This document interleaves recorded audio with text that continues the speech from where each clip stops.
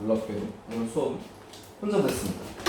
굉장히 이제 이거야말로 이제 과외스러운 그런 느낌을 낼 수 있는데 규민이가 일이 있어서 모른다고 해가지고 우리 학생이랑 둘이서 이제 진행하도록 할게요. 그래서 일단 이 수업 진행하기 전에 이제 얘기를 해줄 게 있는데 우리가 어쨌든 연화 논술이 수능 관리도 같이 들어가야 되는 부분이다 보니까 이제 학생이가 공부하는 데서 좀 도움을 주기 위해서 좀 경험이 많으신 선생님을 좀 섭외를 했어.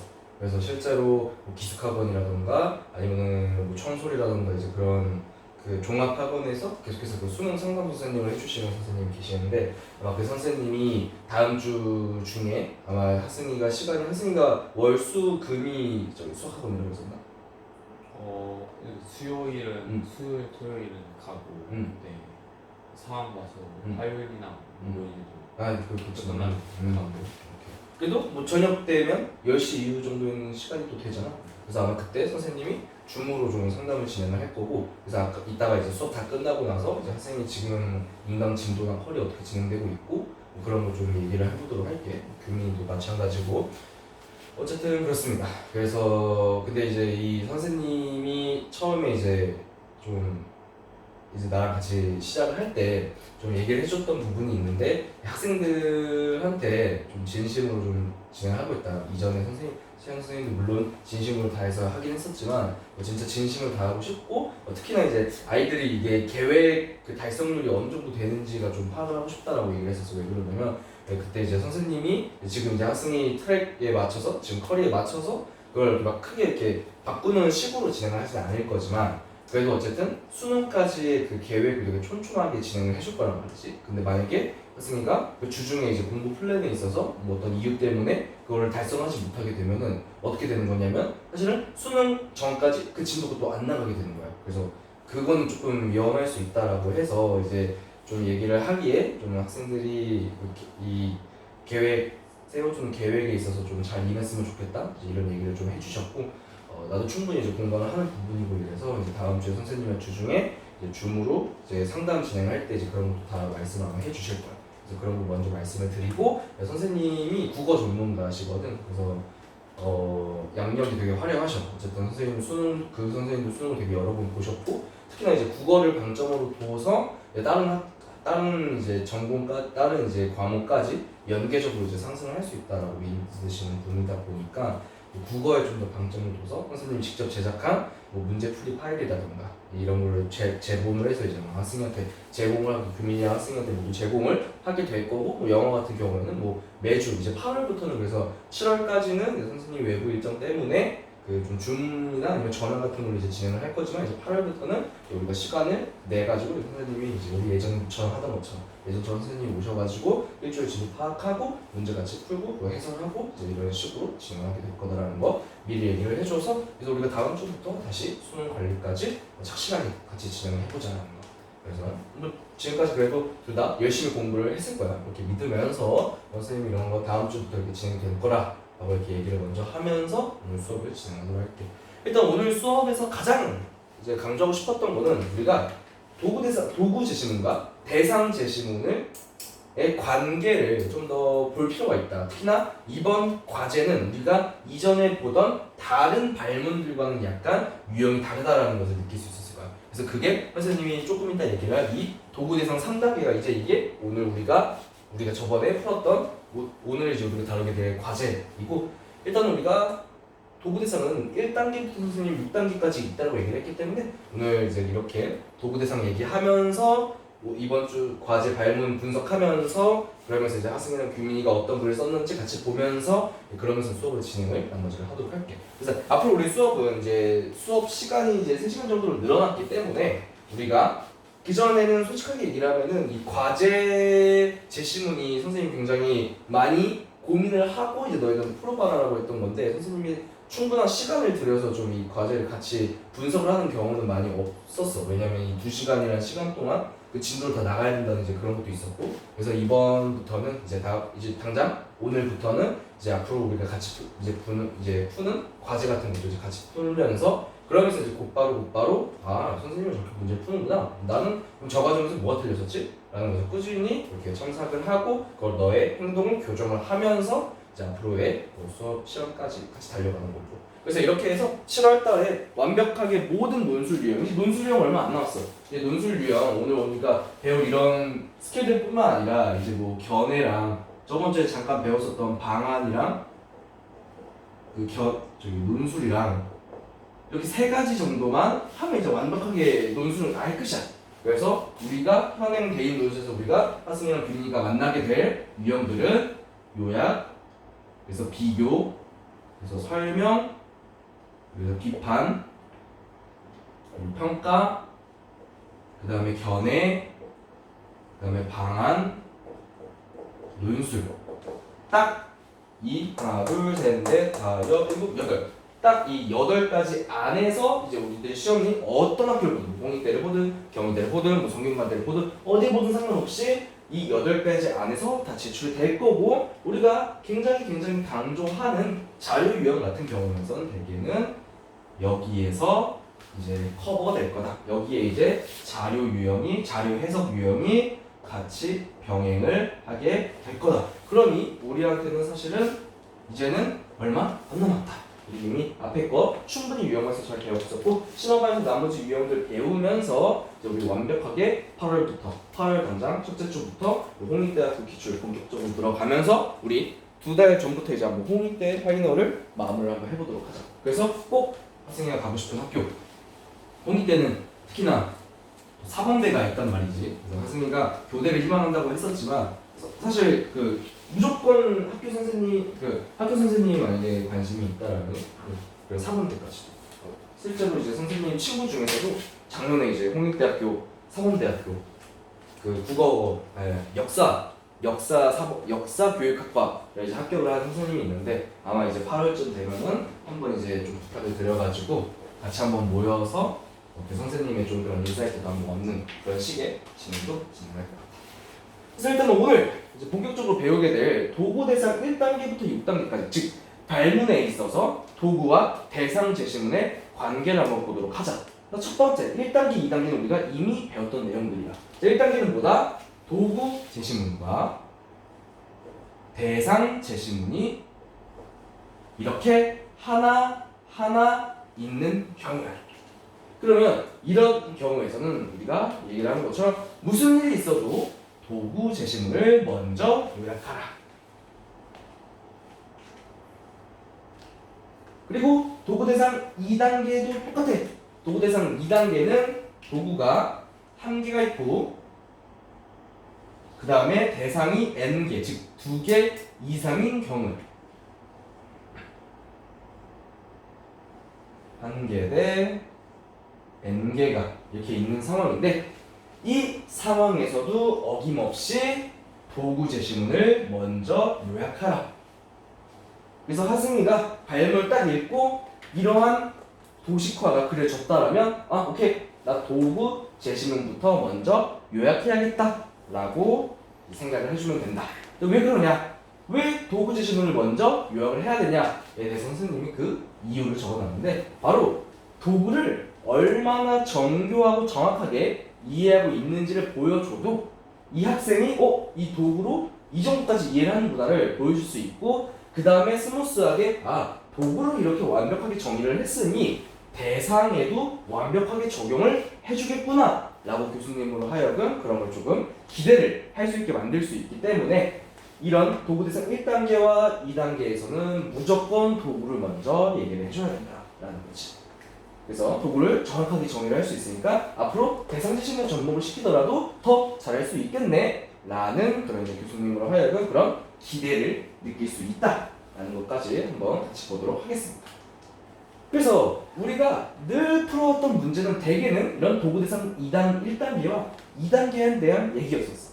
근데 이제 우리가 오늘 봤던 문제는 도구 대상 3단계, 즉 기존에 우리가 풀던 것과는 약간 결이 다르다라는 걸 느낄 수 있었을 거야.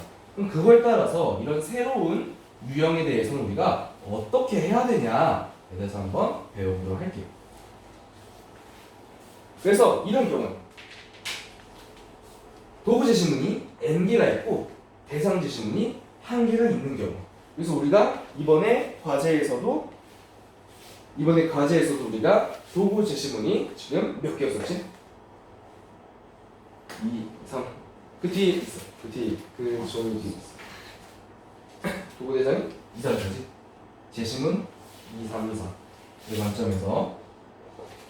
그래서 1에 을국을 평가하고 그다음에 갑을 병국을 대상으로 해서 뭐 2, 3 측근 사회를 노하시오. 이런 문제가 나왔었어. 그러니 이거 보면은 2, 3, 4가 도구고 이거를 바탕으로 1에 을국을 평가하네. 기존에 우리가 보던 것과 약간 결이 다르네 라는 걸 좀 느낄 수 있었을 거야. 이렇게 도구 제시문이 지금 3개가 있는 거고 대상 제시문이 1개가 있는 거죠. 그래서 3개에서 1개.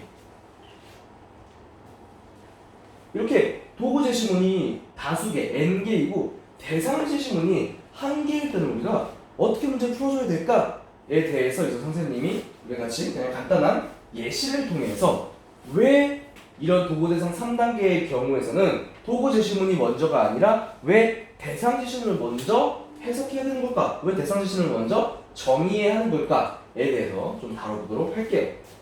그래서 봤을 때 제시문 가나다를 활용하여 제시문 라의 뭐뭐를 y하시오 라는 이런 식으로 아마 발문이 앞으로 나오게 될 거야. 그럼 이런 거 봤을 때 도구 대상이 3개, 즉 n개네, 대상 제시문이 하나네 라고 해가지고 이런 경우는 도구 대상 3단계다. 이럴 때는 나는 대상 제시문, 즉 라를 먼저 분석해야겠다. 이제 이런 식으로 봐주면 좋을 것 같다. 그래서 여기 라의 x니까 이게 이제 우리가 배웠었던 그 핵심 논점을 의미를 하는 것일 거고, 그 다음에 있는 여기 이 y가 이제 우리가 얘기를 하는 교수님이 우리한테 명령을 하는 명령사항이 되는 거겠죠. 이거는 뭐 쉽습니다. 배웠던 거니까. 그래서 이런 예시를 드는 거예요. 선생님이 블랙핑크 지수를 좋아하는데, 그래서 전기토, 조각칼, 사포라는 것을 통해서 이런 도구들을 통해서 이런 도구 제시문을 통해서 뭐 경기도 오산에 위치한 두께 150cm의 소나무이자 뭐 표면이 울퉁불퉁하고 솔방울이 많으며 수령이 200세이며 세력열이 강하고 뭐 해발 150m에 살고 있는 소나무를 블랙핑크 지수로 조각하시오. 이건 뭐 그냥 재미삼아 이런 뭐 발문이 있다고 해봐. 뭐 이런 게 나올 리는 무모하겠지만, 그러면 우리가 딱 이거를 봤을 때 일단은 누가 도구지? 도구라고 하면은 조각칼, 사포. 즉 도구가 지금 3개가 되는 거고, 그 다음에 이런 특성을 가지고 있는 소나무가 이제는 얘가 대상 제시문이 되는 거죠. 그래서 평소에는 원래는 대상이 하나이거나 아니면 여러 개였는데 왜 이번에는 도구가 여러 개고 대상이 하나이지? 이런 생각을 하면서 일단 뭐 이 블랙핑크 지수를 조각하시오는 이제 명령상에 이제 하는 거지.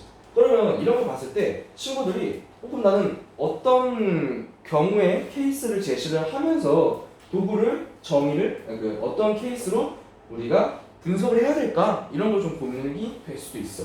그랬을 때 이런 친구들이 우리가 배웠던 대로 그냥 1단계랑 2단계에 맞춰서 한다면 당연히 뭐든 항상 도구 제시문, 즉 우리가 관역을 향해서 활을 날리는 화살 제시문이 가장 중요하다고 얘기했었으니까 당연히 도구를 먼저 정의를 해야겠다 이렇게 생각할 수가 있겠지. 그래서 도구를 먼저 정의를 해볼 수도 있어. 그럼 이렇게 정의를 하겠지. 그래서 제시문 가나다의 도구는 조각을 위한 도구이다. 그래서 구체적으로 전기톱은 이렇다. 구체적으로 조각칼은 이렇다. 구체적으로 사포는 이렇다. 이러면서 우리가 배웠던 대로 도구 대상을 먼저 정의를 하는 거야. 그 다음에 이제 우리가 도구 대상을 바탕으로 대상 제시문을 적용을 해줘야 되니까 일단 대상 제시문을 먼저 정의를 때려주는 거지. 그래서 이러한 소나무는 이렇게 앞에서 얘기했었던 경기도 오산에 위치하고 하는 이런 것, 두께가 150cm와 이러한 특성이 있다라고 언급을 해줄 수도 있겠어. 근데 이렇게 되면 다시 어떻게 되냐면 3단계 세 번째 문장에 다시 도구를 가지고 와가지고 정의랑 적용, 즉 대상 제시문의 적용도 동시에 진행을 한 번은 더 할 수밖에 없다는 거예요. 그래서 이러한 소나무를 조각하기 위해선 뭐뭐한 특성이 있는 전기톱과 뭐뭐한 특성이 있는 조각할까, 뭐뭐의 특성이 있는 사포를 통해서 뭐 블랙핑크 지수를 조각할 수 있다. 이런 식으로 문제가 되는 거지. 근데 이렇게 되면 어떤 문제가 발생하냐면 앞에 도구에 대한 정의가 있음에도 이 세 번째 문장에 다시 한번 도구를 정의를 하면서 사실은 글이 지저분해진다. 다시 얘기하면은 이게 반복되면서 이 도구에 대한 정의가 반복되면서 글이 지저분해진다는 그런 좀 한계가 있어.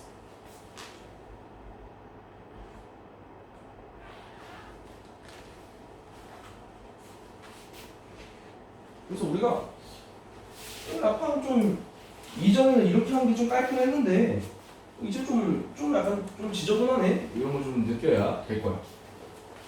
그러면 이제 이런 경우도 있는 거지. 우리가 요즘 친구들은 또 이걸 잘하는데 그냥 곧바로 도구를 먼저 그냥 대상 대신에 그냥 곧바로 적용시켜보는 거야.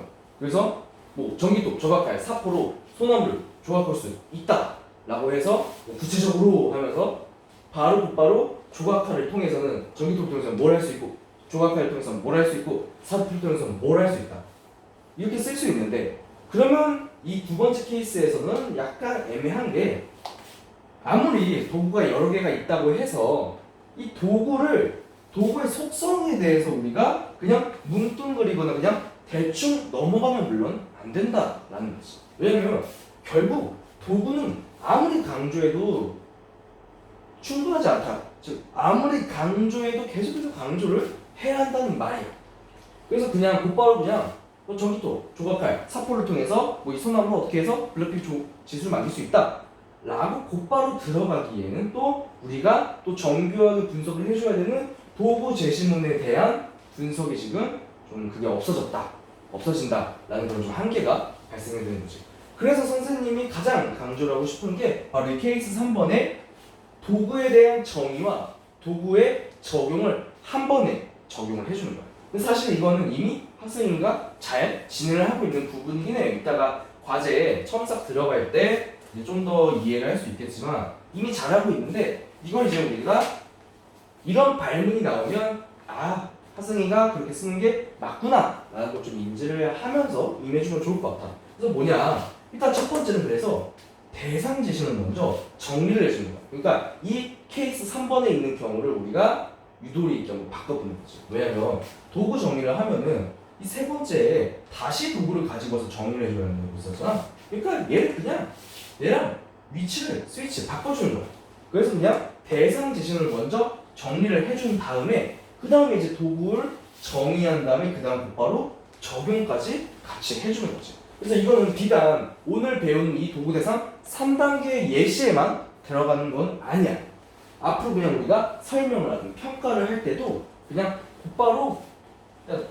곧바로 이제 이렇게 도구에 대한 정의와 적용이 같이 진행이 되는 게 가장 깔끔할 거다. 근데 지금 학생이가 잘하고 있는 것처럼 그대로 진행을 해주면 된다라는 걸 의미를 하고, 대상 제시문 근데 단 좀 조심해야 되는 부분은 있는 게 뭐냐면 바로 대상 중에서도 이 대상에서 아까 봤을 때 여기 특성이 몇 개냐면 자, 이 소나무 경기도 오선에 위치를 하고 있고 두께가 150cm이고 그 다음에 표면이 울퉁불퉁하고 그 다음에 솔방울이 많고 그 다음에 나이가 200살이래. 그 다음에 세로결이 강하고 해발 150m에 살고 있대. 이런 7가지 특성이 있는데 그러면 대상을 먼저 정리하라고? 오케이 알았어. 그럼 나 요약은 잘하니까 하면서 이 7가지의 특성을 곧바로 다 언급을 한다? 아니라는 거죠. 즉 뭐다? 이 대상이 가지고 있는 이 특징 중에서도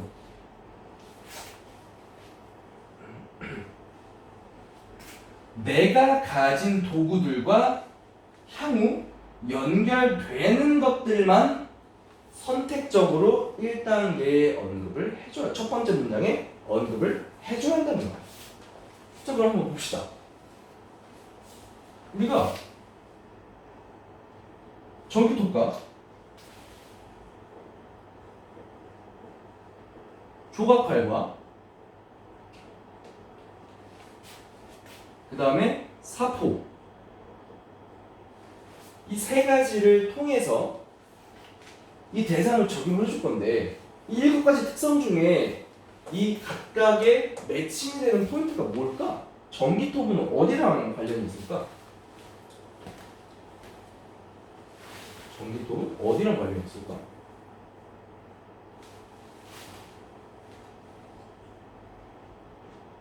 전기톱. 경기도 오산에 위치한 게 전기톱이랑 연관이 있을까? 없을 것 같아. 두께가 150cm의 소나무면 연관이 있을까? 있을 것 같아? 오케이, 잘 맞췄어. 그러니까 두께가 그만큼 두껍다라는 걸 얘기를 하고, 그러니까 우리가 그냥 이 톱으로 할 수 있냐? 아니라는 거지. 그래서 전기톱은 이 두께가 150cm인 소나무를 베기 위해서 꼭 필요한 또 도구가 되는 거야. 오케이, 그럼 하나 잡았다. 특성 하나 잡았다.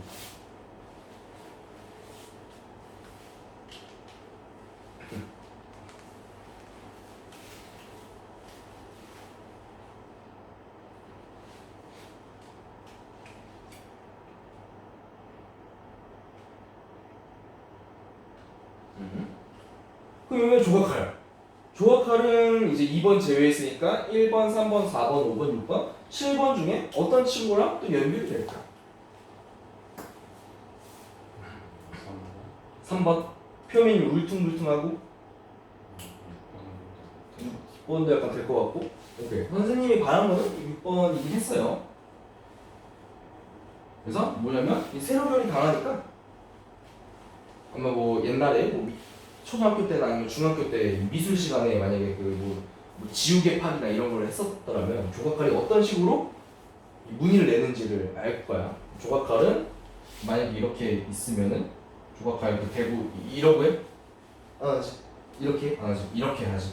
그러니까 세로결이 강하면은 당연히 조각칼이 더 잘 들어가겠지. 뭐 이건 논술에 아주 상관이 없는 얘기고요. 그냥 옛날에 미술 시간에 했었던 거 한번 생각을 해보면서 타자라는 걸 의미를 했었고, 일단 하나도 적용이 됐어. 그럼 이제 마지막 하나 남았네. 사포. 사포는 뭘까요? 그치, 사포가 3번이지. 표면이 울퉁불퉁하니까 사포를 통해서 잘 엮어줘야겠다, 이런 생각도 한번 해볼 수 있는 거죠. 그러면 우리가 대상 제시문의 특징 중에서도 내가 가진 도구들과 향후 연결되는 것만 선택적으로 추출해서 제시를 해달라 라고 했기 때문에 우리가 도구 대상을 정의할 때는 어떻게 써줘야 된다?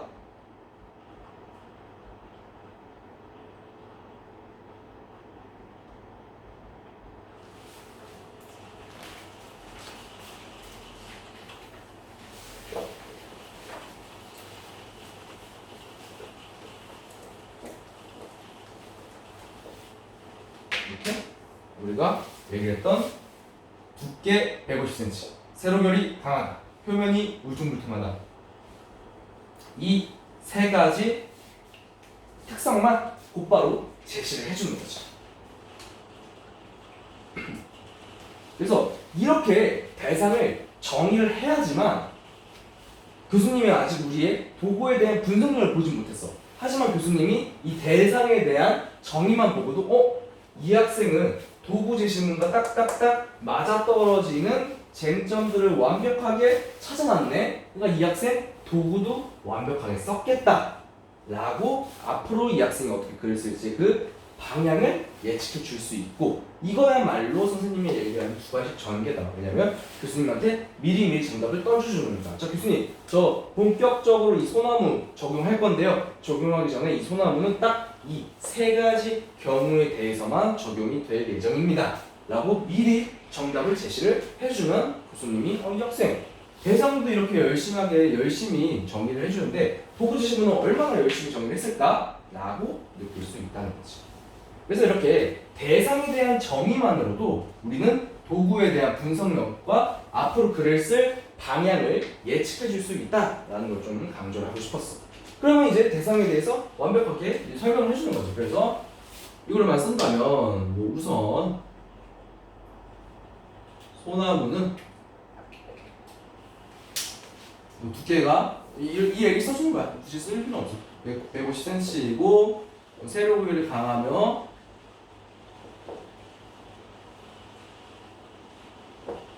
표면이 울퉁불퉁한 특성을 가지고 있다.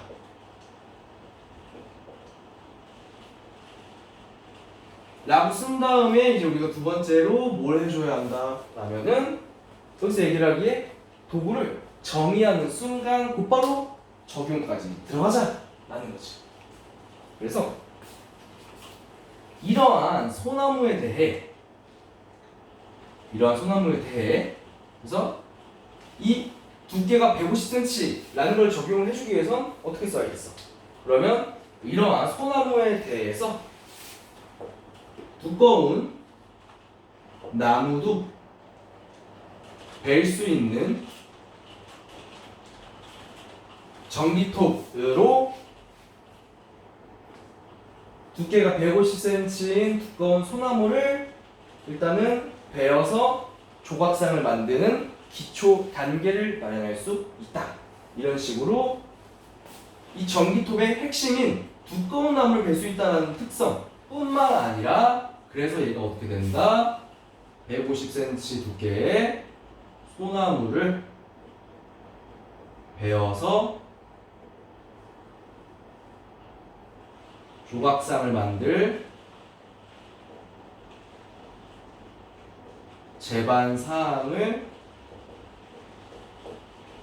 준비할 수 있다.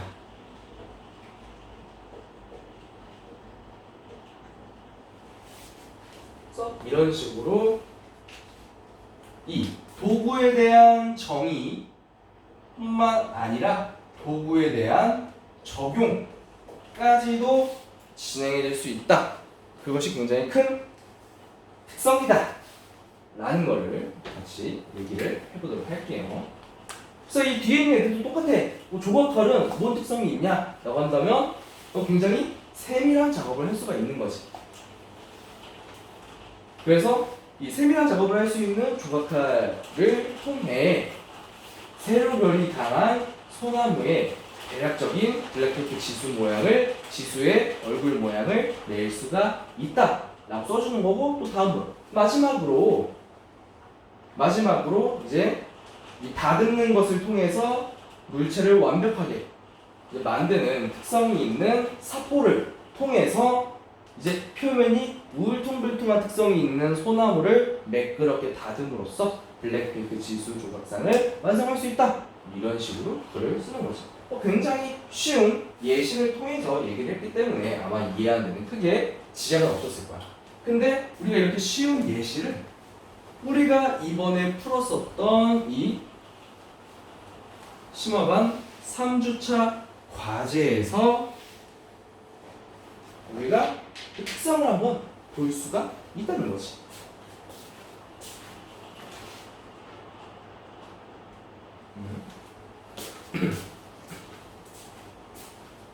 근데 이거 제시는 그렇게 어렵진 않았지. 그렇게 막 크게 어렵진 않았지. 왜냐면 우리가 저번 주에 민주주의에 대한 얘기를 간략하게 했기 때문에 이것도 그랑 크게 완벽하게 대비가 되는 그런 친구도 아니었기 때문에 아마 크게 그렇게 읽는 데 도움이 있을 거예요. 그리고 올해 어쨌든 이런 민주주의와 관련된 글들이 나올 가능성이 굉장히 높고, 특히나 저번 주에 되게 큰 사건이 있었어.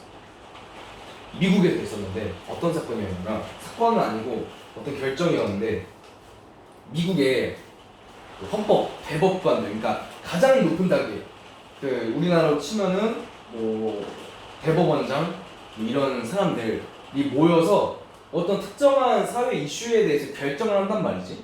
근데 저번 주에 거기서 어떤 결정이 이루어졌냐면 우리 이거 아마 알 거야. 대학 입학 과정에서 소수자 우대 정책이 어떤 판결을 받았냐면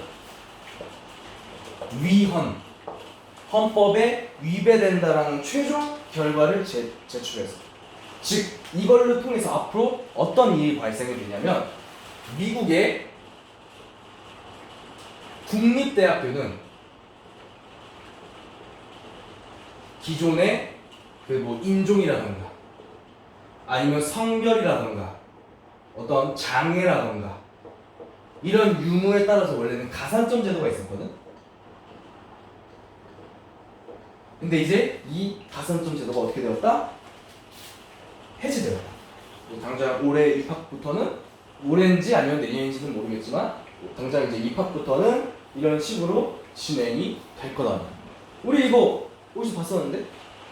1주차 과제 했을 때 했었지. 즉 근데 그때 당시에는 소수자 우대 정책이 그냥 사람들의 그 능력을 존중하지 않기 때문에 뭐 나쁘다 뭐 이런 식으로 얘기를 했던 거를 아마 기억이 날 거야. 근데 왜 미국의 그 대법관들이 왜 이게 소수자 우대 정책이 왜 나쁘냐라고 왜 얘기를 했냐면 뭐 그런 것도 있는데 일단은 첫 번째 논거는 뭐냐면 오히려 이 제도가 이 소수자 우대 정책이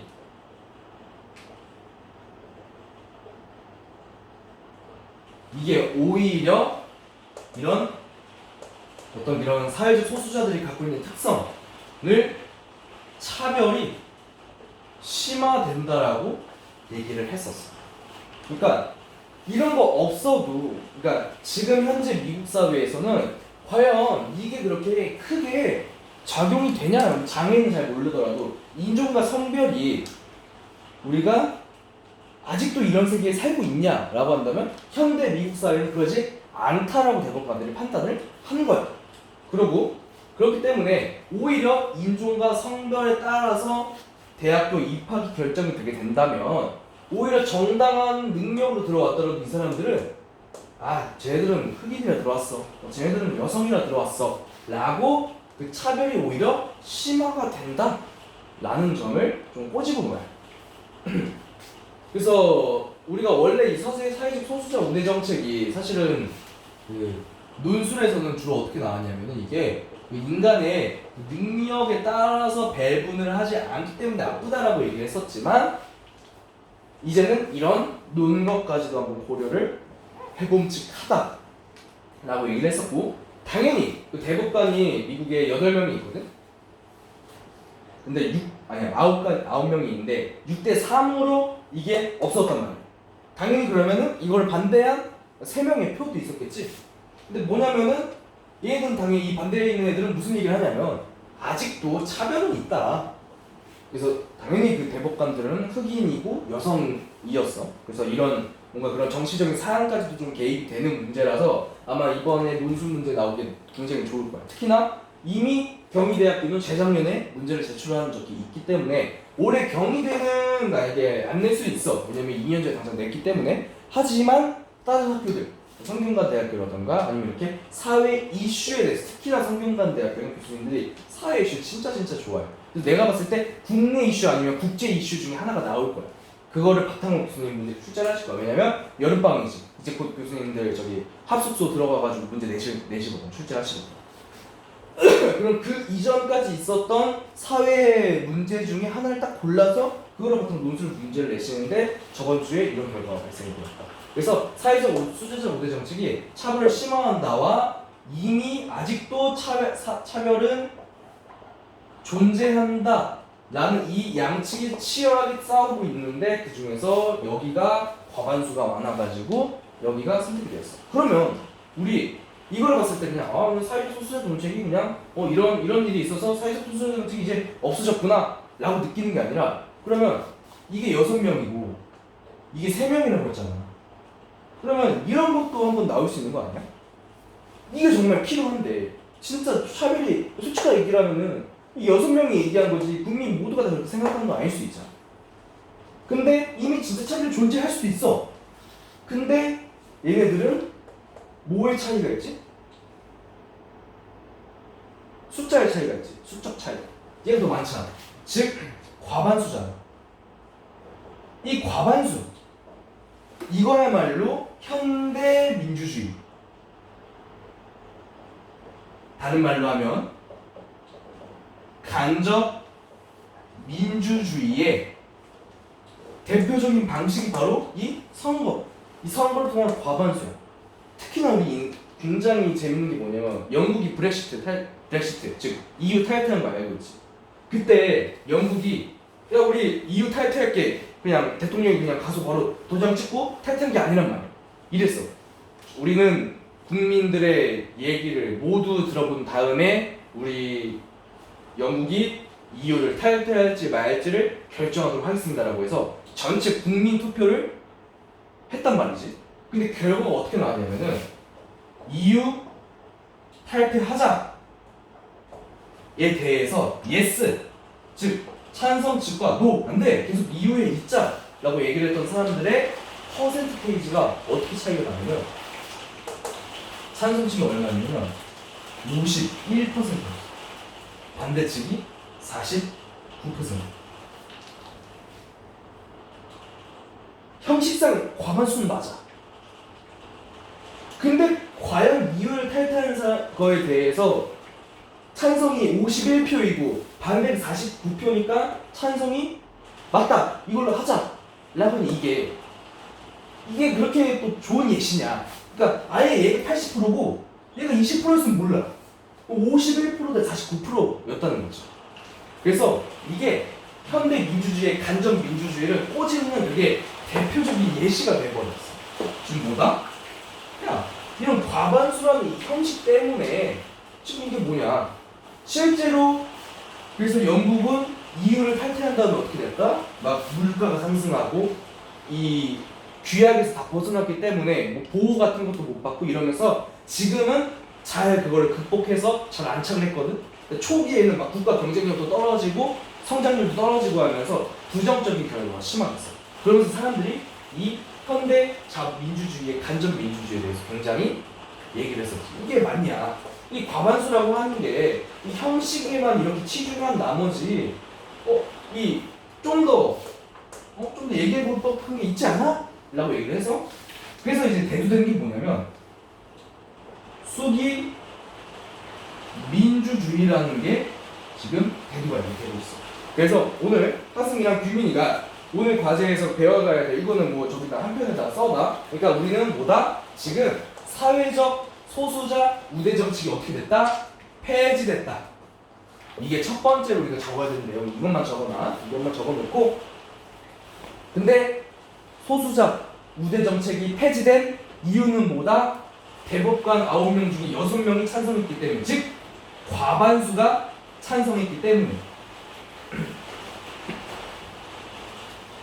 근데 이 과반수는 현대 민주주의, 즉 간접 민주주의를 구성하는 핵심 축이야. 간접 민주주의는 오직 투표를 통한 과반수로 결정이 된단 말이지. 근데 브렉시트를 봤을 때 국민투표를 했는데도 불구하고 EU 탈퇴하자는 게 51, EU 반대하자는 게 49, 즉 단 2%만으로 당락이 결정된 거야. 그래서 누군가는 일자리를 잃기도 했었고, 그 EU에서 일하는 사람들은, 영국인들 중에 EU에서 일하는 사람들은 당장 일자리를 잃기도 했었고, 그 초반에는 경제 성장이 굉장히 낙후되었었다. 하지만 지금 영국은 그걸 다 극복하고 계속해서 성장을 하고 있어. 영국은 워낙 강대국이기 때문에. 그래서 이런 간접 민주주의의 한계를 지적하면서 나왔던 친구가 바로 세 번째인 이 수기 민주주의. 그래서 수기 민주주의는 우리가 말 그대로 우리가 이해하기에, 그러니까 말 그대로 수기를 하자는 거야. 국민들이 어떤 사안에 대해서 충분히 의견을 나누고 그 다음에 수기 민주주의를 하자는 거예요. 그래서 이거는 다시 얘기하면 간접 민주주의, 즉 투표에 결과만으로 판단을 하잖아. 그러니까 우리가 이거의 특성을 보고 있어. 결과주의지.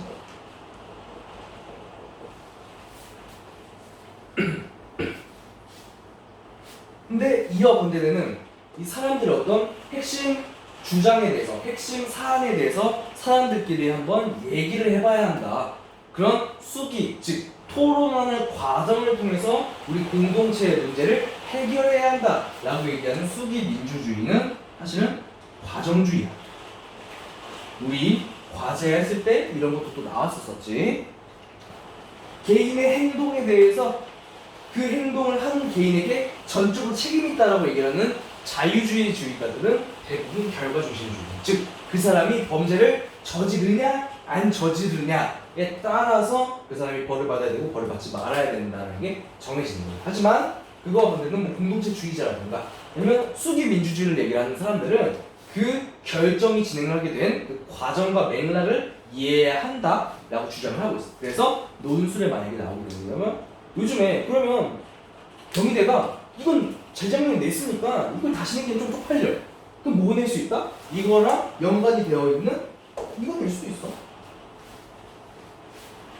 결과주의와 과정주의, 간접민주주의와 수기민주주의. 그리고 우리 마지막 얘네들이 갖고 있는 전제가 된다. 이것만 마지막으로 하고 개념 지식 강의는 끝내도록 할게요. 근데 너무나 중요한 이슈이기 때문에 선생님이 가지고 왔어. 뭐냐면 우리 당장 이제 지금은 이제 학생이나 교민이나 투표권이 없긴 하지만 이제 내년부터 특히 이제 너희가 20살 성인 됐을 때 내년이 뭐가 있냐면 총선이 있어. 너희 지금 살고 있는 뭐 서울시장뿐만 아니라 뭐 교육감, 뭐 국회의원 이걸 다 너희들의 손을 뽑는단 말이야. 근데 그거를 뽑기 위해서는 뭐가 전제가 되어 있냐면은 뭐가 전제가 되어 있어야 되냐면 내가 어떤 정치인이 좋은지가 미리 결정이 되어야지 투표를 할 수 있어. 사실 그냥 그날 나 투표해야지 하고 투표 또박또박 가가지고 처음 보는 이름을 보면서 이게 누구야? 하고 그냥 눈 감고 그냥 딱 찍어서 얘기를 하면 이게 민주주의는 아니잖아. 그러니까 우리는 미리 투표를 하기 위해서 내년에 이제 총선할 때 이제 각 당의 후보들이 뭐 정의당 뭐 그런 기타 등등의 등도 있지만 사실 우리나라는 거의 양당제 국가긴 하잖아. 그래서 그 두 당의 그 후보들이 어떤 공약을 얘기를 하는지 이 후보가 옛날에 뭐 이상한 말을 한 적은 없는지 하는 걸 총체적으로 분석을 해서 우리가 이미 결정을 내리고 즉 결과를 내리고 오잖아. 그래서 이 현대 민주주의 즉 간접 민주주의의 핵심은 뭐냐면 시민들이 모두 각자의 선호가 이미 결정되어 있다.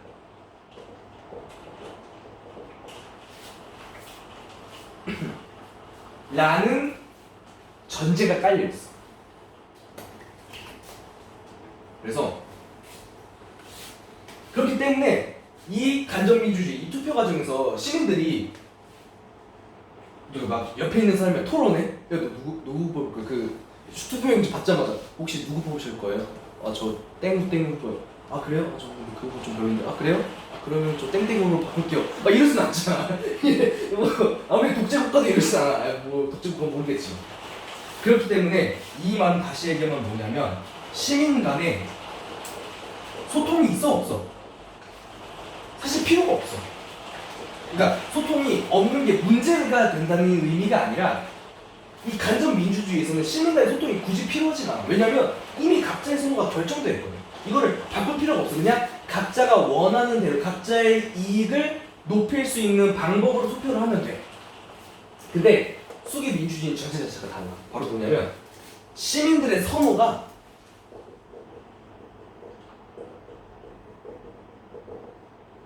아직 결정되지 않았다라고 전제를 해.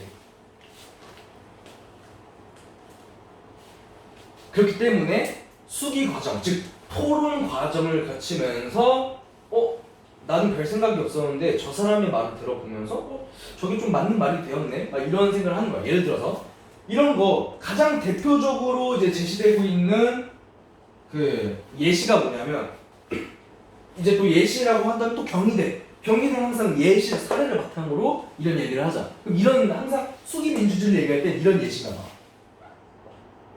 바로 원자력 발전소 설치 공론화 위원회. 이게 가장 대표적인 예시. 그러니까 뭐냐면 이게 실제로 있었어요. 언제였지? 재작년인가 3년 전인가 있었어. 뭐였냐면 이 원자력을 어떤 A 지역에다 설치를 한대. 근데 그 A 지역에 그냥 뭐 정치인 또는 시민 단체들만 얘기를 한 다음에 자 여기 설치하기로 했어요. 자 여기 설치하지 않기로 했어요. 라고 결정한 게 아니라 그 지역에 있는 주민들을 대상으로 이런 뭐 투표도 진행하면서 그 주민들 중에 이제 대표성 있는 인물들을 뽑아가지고 그 인물들끼리 공론화위원회 즉 토론회를 진행한 거예요.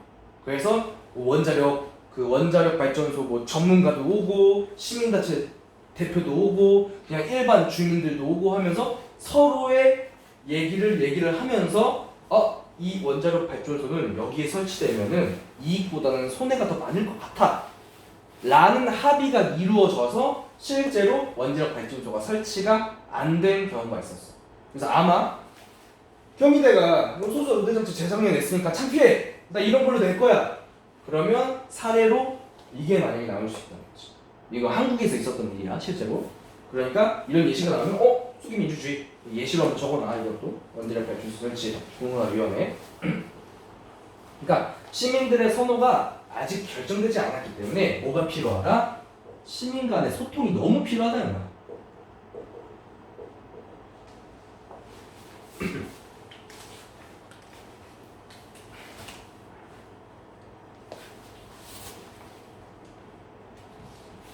그래가지고 시민들 선호가 아직 결정되지 않았기 때문에 시민 간 소통이 중요하다라는 얘기를 했었고 그러면 뭐 이런 얘기 해주면 혹자의 학생들은 이런 좀 또 걱정을 하는 경우도 있어. 선생님 그러니까 선생님 그러면 좋은 게 좋은 거죠. 수기 민주주의 나오면 무조건 저 수기 민주주의 고를게요. 그리고 실제로 만약 경희대 시험장 갔는데 간접 민주주의와 이 수기 민주주의가 나왔다고 쳐봐. 그리고 2번은 뭐야? 그러니까 우리가 만약에 사회 논술을 만약에 기재를 한다면 2번은 뭐가 나오냐면은 당연히 둘 중에 하나 골라가지고 나머지 한 입장 비판하시고 또는 둘 중에 한 입장 골라가지고 제 세 가지 제시문 정도를 평가하시고 이제 이런 문제가 나올 거란 말이지. 그러면 되게 10중 8구 학생들은 뭐 고르겠어? 이거 고를 거야 이거. 그렇기 때문에 수기 민주주의의 한계점도 우리는 알고 있는 거지. 그러니까 여기로 가도 돼. 그러니까 왜냐면 우리는 모두 착한 아이 지목인이 있기 때문에 시험장에서 당연히 교수님한테 좋게 보이고 싶은 게 당연해. 그러니까 그게 내 옷이라면 그걸 입고 가되 이거에 한계점도 인지를 하고 있어야 된다. 그러니까 토론 좋아. 시민들의 선호가 아직 결정되지 않았어? 소통 좋아. 과정 좋지. 어떻게 결과만 봐 사람이. 이렇게 넘어가는 게 아니라 근데 수기 민주주의의 가장 큰 문제점은 뭘까? 뭐라고 생각해? 시간이 오래. 그치. 그러니까 시간이 오래 걸리기 때문에 사실은 그리고 솔직히 얘기하면 우리가 옛날 고대 그리스처럼 직접 민주주의 해가지고 모든 사람들이 다 와가지고 얘기하고 이러면서 하면 물론 좋겠지만 각자 생업도 있고 그리고 그때 당시에 그리스 민족이 몇백 명이 안 됐어. 그러니까 그 투표에 참여하는 시민들이 뭐 몇백 명이 안 됐단 말이야. 그러니까 그 사람들은 광장에 다 올 수 있어. 근데 지금 우리나라는 몇 명이 5천만 명이잖아. 5천만 명이 한 자리에 무슨 2002 월드컵에서도 모든 사람들이 다 모이지 못했는데 이거 문제 하나 한다고 시간도 오래 끌만이 아니라 목까지 떨어지면 현실성도 사실은 떨어져. 그래서 어쩔 수 없이 수기 민주주의가 그리고 이 수기 민주주의 얘기한 사람이 누구냐면은 아마 들어봤을 거야. 윤리 배울 때 하버마스라는 사람이야. 하버마스라는 사람이야. 그리고 놀랍게도 우리가 그냥 생활과 윤리 등 윤리학 세상에서 배우는 학자들 당연히 다 죽었다고 생각하잖아. 근데 살아있는 학자들이 몇 명 있는데 그 중에 한 명이 하버마스, 그리고 롤스, 그 다음에 저기 싱어, 그 다음에 그 동물 중요하다고 하는 싱어, 그 다음에 롤스, 그 다음에 하버마스 아직도 살아있어. 정의란 무엇인가라는 책 낸 사람이 존 롤스고 그 존 롤스의 그 사회에 대해 최소수혜자의 최대 이익을 얘기하는 그 롤스도 아직까지 열심히 저작 활동을 하고 있고 어쨌든 그 중에 한 명은 하버마스가 얘기한 수기 민주주의인데 시간이 너무 오래 걸리면 현실성이 떨어져. 그래서 이런 한계점도 우리는 인지를 하고 있어야 되고 그럼 우리가 전략적으로 간접 민주주의, 결과주의로 가가지고 얘가 또 이거 해결할 수 있어? 그래서 이런 현실성 얘기할 때 이런 얘기도 하는 거야. 당연히 그러니까 정치는 막 이런 멋있는 말도 쓸 수 있는 거지. 막 정치는 이상의 뭐 실현이 아니라 뭐 현실의 뭐 보완이다. 막 좀 어려운 말이긴 한데 무슨 말을 하고 싶은 거냐면 너무 이상적이라는 거지. 그러니까 너무 이상에 함몰된 나머지 현실을 배제하는 결과가 발생할 수도 있다는 거야. 하지만 정치는 뭐다? 정치는 당장 사람들이 먹고 살 거에 걱정을 해야 된다. 당장 우리 공동체에서 일어나는 문제를 봐야 된다. 따라서 정치는 이상의 실현이 되는 게 아니라 현실을 어떻게 보완해야 되는지. 즉 간접 민주주의가 문제가 있어? 그러면 보완책을 생각해야지 왜 이거 갖다 버리고 왜 여기로 가자라고 얘기를 하는 거야? 라고 제시를 할 수가 있다는 거야. 그래서 이 긴 얘기 우리 앞으로 이제 이런 중요한 이슈들이 있으면 선생님이 이렇게 배경 지식도 설명을 같이 들어가 줄 거거든. 왜냐면 이거는 너무나 논술 나오는데 너무나 좋고 이게 뭐 옛날이었으면 몰라. 당장 저번 주에 일어났던 일이라니까. 이제는 미국의 국민대에서는 이제 그 사람이 흑인이든 히스패닉이든 아시아인이든 그 사람이 여성이든 남성이든 아니면 동성이든 상관없이 너 수능 몇 점이야? 100점? 이렇게 들어. 너 수능 몇 점이야? 50점? 근데 너 뭐 소수 잘하고? 어쩌라고? 이제 이렇게 된 거야. 이게 법으로 이제 결정이 되었다. 헌법의 위헌이래. 이게 사람들의 평등권을 위반했다라고 대법관 9명 중에 6명이 오케이를 해준 거야. 근데 이게 간접민주주의, 즉 사람들의 과반수 투표를 진행이 됐었고 현재 미국의 대법관 중에 6명은 누구냐? 이거 6명과 이거 3명. 이거 얘네들의 정치도 얘네들이 지향하는 정치 색도 다를 것 같지 않아? 얘는 누구일 것 같아? 보수일 것 같아? 진보일 것 같아? 보수 쪽이고 얘는 좀 진보 쪽이겠지. 실제로도 맞았어. 왜? 미국에서의 보수당은 어디지? 미국이 당이 몇 개가 있지? 2개가 있는데 하나가? 맞아. 공화당이랑 민주당이지. 근데 그럼 보수는 누구 있어? 공화당. 공화당인데 그래서 실제로 이 6명이 공화당원이다. 그리고 이 3명이 민주당원이야. 그러니까 애초에 솔직하게 얘기를 하면 이 문제는 애초에 이렇게 될 수밖에 없었어. 왜냐면 너무나 정치적인 사안이기 때문에. 이거는 트럼프는 너무나 싫어하고 바이든은 너무나도 좋아하는 사안이었어. 그거에 대해서 대법관들의 정치적인 성향에 따라서, 왜냐면 이 대법관 임명을 누가 하냐면 대통령이에요. 그러니까 솔직히 우리나라에 따지면 좀 애매한 거야. 물론 우리나라도 대통령이 대법원장을 임명을 하는데 뭔가 좀 이상하긴 해. 왜냐면 민주주의는 삼권 분립이라는 말을 너무 많이 들었잖아. 근데 행정부가 사법부의 짱을 막 부르는 거야. 미국도 그런다. 그래서 실제로 이제 트럼프가 6명 꽂아놓고 바이든이 3명 뽑고 이러다 보니까 이렇게 6대3으로 돼서 이런 정치적인 성향에 따라서 과반수에 따라서 이 문제가 폐지가 되는지 합격을 하는지 이게 되었다라는 거. 그래서 이 많은 논의들은 다 이걸로 귀결이 된다. 그래서 이런 사례가 나올 수도 있고 이런 본질이 나올 수도 있고 이런 본질은 주로 성균관대에서 나오고 이런 사회는 주로 경희대에서 나오고.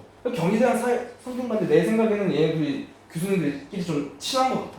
그래서 실제로 만약에 그 해에 어쨌든 경희대랑 성균관대가 겹치는 주제가 되게 많아. 근데 성균관대는 좀 더 본질적인 얘기를 하고 경희대는 좀 더 사례적인 얘기를 해. 우리 문제 풀어봤으니까 알 거야. 어쨌든 선생님이 저번 주에 당장 일어났었던 일이기 때문에 선생님이 강조를 했다라는 거, 이번 기회에 한번 이런 것도 좀 이해를 하면 좋다라는 거. 그래서 핵심은 뭐야 선생님 뭐야 뭐 좌파예요 뭐 우파예요 뭐야 왜 정치 얘기해요 이렇게 얘기를 하진 않았으면 좋겠어. 그러니까 선생님의 정치적인 삶이 개입이 된 얘기가 아니라 너무나 논술 너무나 나오기가 좋은 주제다. 그래서 이 사회적 소수자라는 게 부당 측면도 있고 누구는 맞다고 얘기를 하는 경우도 있을 거야. 근데 그걸 다 넘어서서 그냥 이게 갖고 있는 정치적인 사안이 뭔지는 논술에 나오는 게 너무나 좋다라는 거. 그래서 우리 꼭 이번 주는 이거에 대해서 한번 고민해보는 시간 갖는 걸로 하고, 우리 잠깐 한 3분 정도 쉬었다가 이제 우리가 풀었던 이 과제 본격적으로 해석하면서 이게 왜 도구대상 3단계에 해당하는지에 대해서 설명을 해주고, 여기에 플러스 우리가 논술 유형을 어떻게, 즉 너의 견해를 어떻게 설명해야 되는지에 대해서 이제 두 번째 시간에 얘기를 해보도록 하겠습니다. 한번 쉴게요.